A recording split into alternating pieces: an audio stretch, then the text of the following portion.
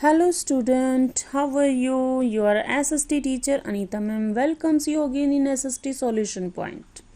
So student, I am back here with a new video on my student request. So in this video I will teach you a new chapter which is about Delhi Sultanate.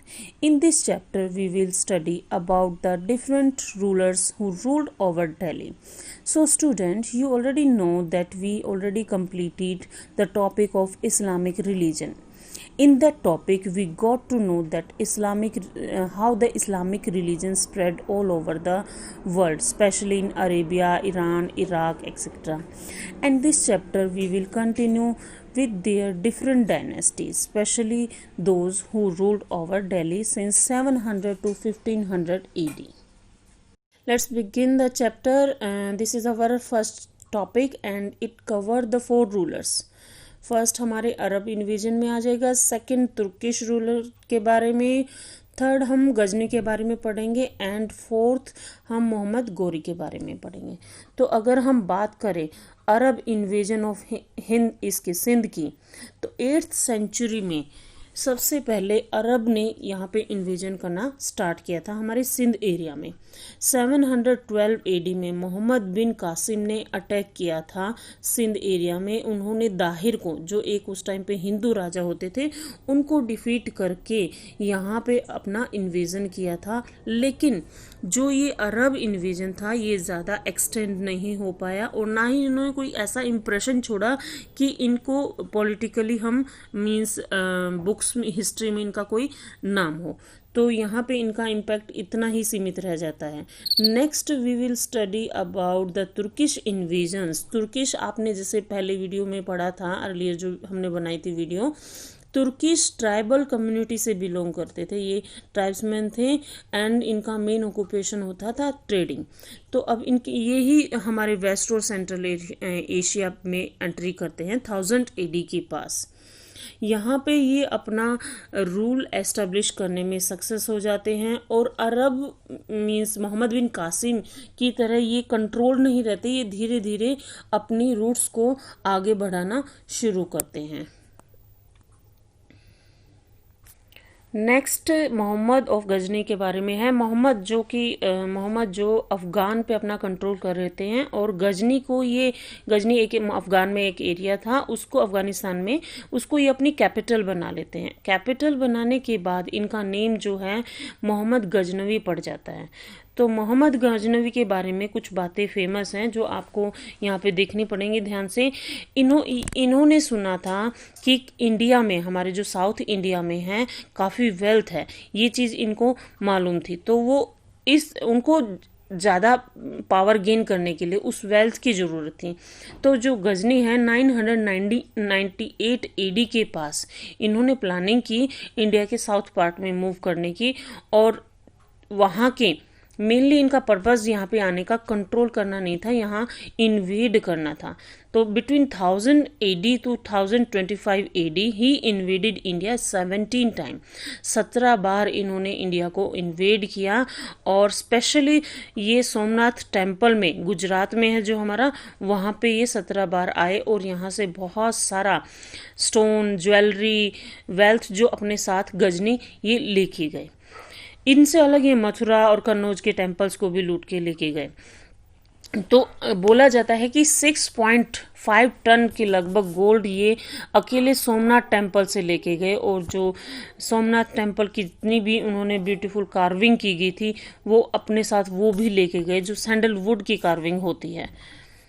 Mohammad Mohammad Ghaznavi को यहाँ जब इस तरह से इन्होंने यहाँ invade किया, यहाँ से उन्हें एक आइडिया हो गया कि जो इंडियन रूलर हैं ये वीक हैं, they are not so much capable to even to stop their invasion.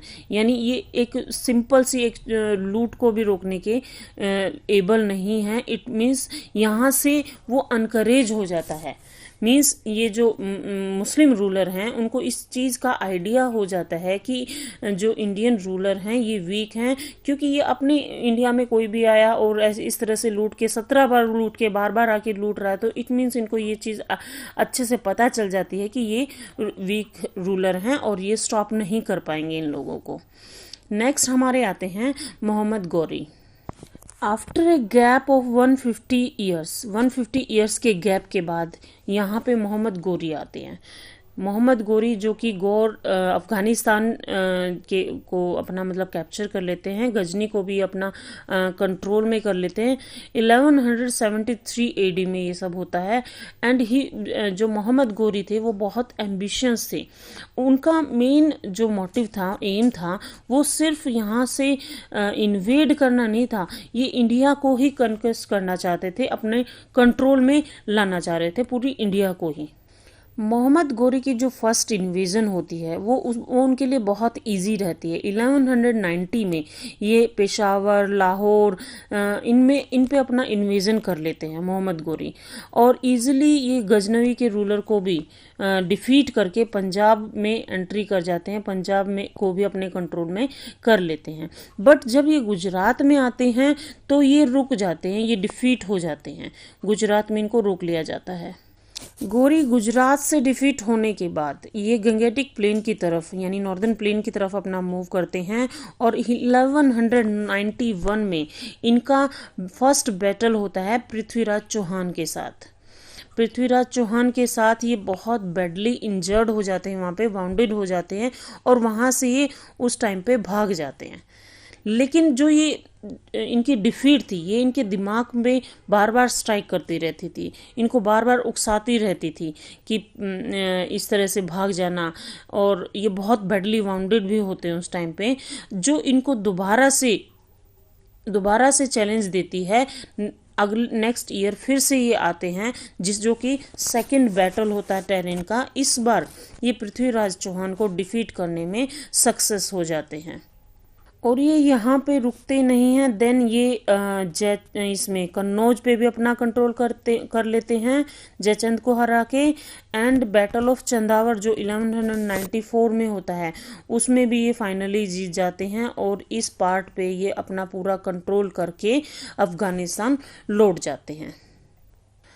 लौटने से पहले मोहम्मद गौरी क्या करते हैं, इनका एक स्लेव होते हैं जिन पे ये बहुत ज़्यादा ट्रस्ट करते थे, उसको इंचार्जशिप दे जाते हैं। इस सारे अपने जो भी जीता हुआ एरिया था उसकी इंचार्जशिप वो अपने एक स्लेव को दे जाते हैं जिस पे ये ज़्यादा ट्रस्ट करते थे। तो स्टूडेंट, ये हमारे 4 रूलर्स के बारे में हो गया। अब ये 4 रूलर सक्सेस कैसे रहे इंडिया में अपना रूल एस्टेब्लिश करने में, इनके कुछ रीजंस रहे हैं, कोजेज रहे हैं कि तुर्क causes of the success of तुर्क।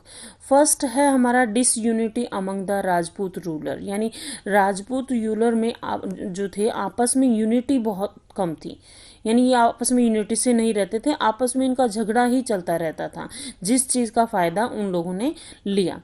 सेकंड थिंग है जो तुर्क की मिलिट्री पावर थी वो बहुत बढ़िया थी, उनकी प्लानिंग, उनके आर्मर, उनकी स्ट्रेटेजी बहुत गजब की होती थी, जो कि जिसके आगे की इंडियन रूलर की जो मिलिट्री फोर्स थी वो फेल थी, यानी poor equipped soldier they were having that time, and slow moving elephant they kept in their army. So इस वजह से ये लोग मीन्स सक्सेस हो गए। एंड कुछ इनका अगर हम गौरी की बात करें, मोहम्मद गौरी, इनमें रिलीजियस जील बहुत ज़्यादा थी, यानी they were very ambitious for their religion. दूसरी साइड अगर हम देखें तो इंडियन रूलर में इतना झील नहीं होता रिलीजन के प्रति अपने। तो ये कॉजेज रहे हैं इनके हार के। तो मोहम्मद गौरी जिसे अपना रूल देके गए थे वो थे कुतुबुद्दीन ऐबक, ये एक स्लेव थे। तो 1206 AD से यहाँ से हमारी स्लेव डायनेस्टी स्टार्ट हो जाती है इंडिया में। स्लेव डायनेस्टी कुतुबुद्दीन ऐबक से स्टार्ट होती है, और कुतुबुद्दीन ऐबक कौन थे? मोहम्मद गौरी के स्लेव थे। मोहम्मद गौरी इनको अपना पूरा किंगडम सौंप के वापस अफगानिस्तान चले जाते हैं। तो हम आगे नेक्स्ट टॉपिक में हम स्लेव डायनेस्टी के बारे में पढ़ेंगे।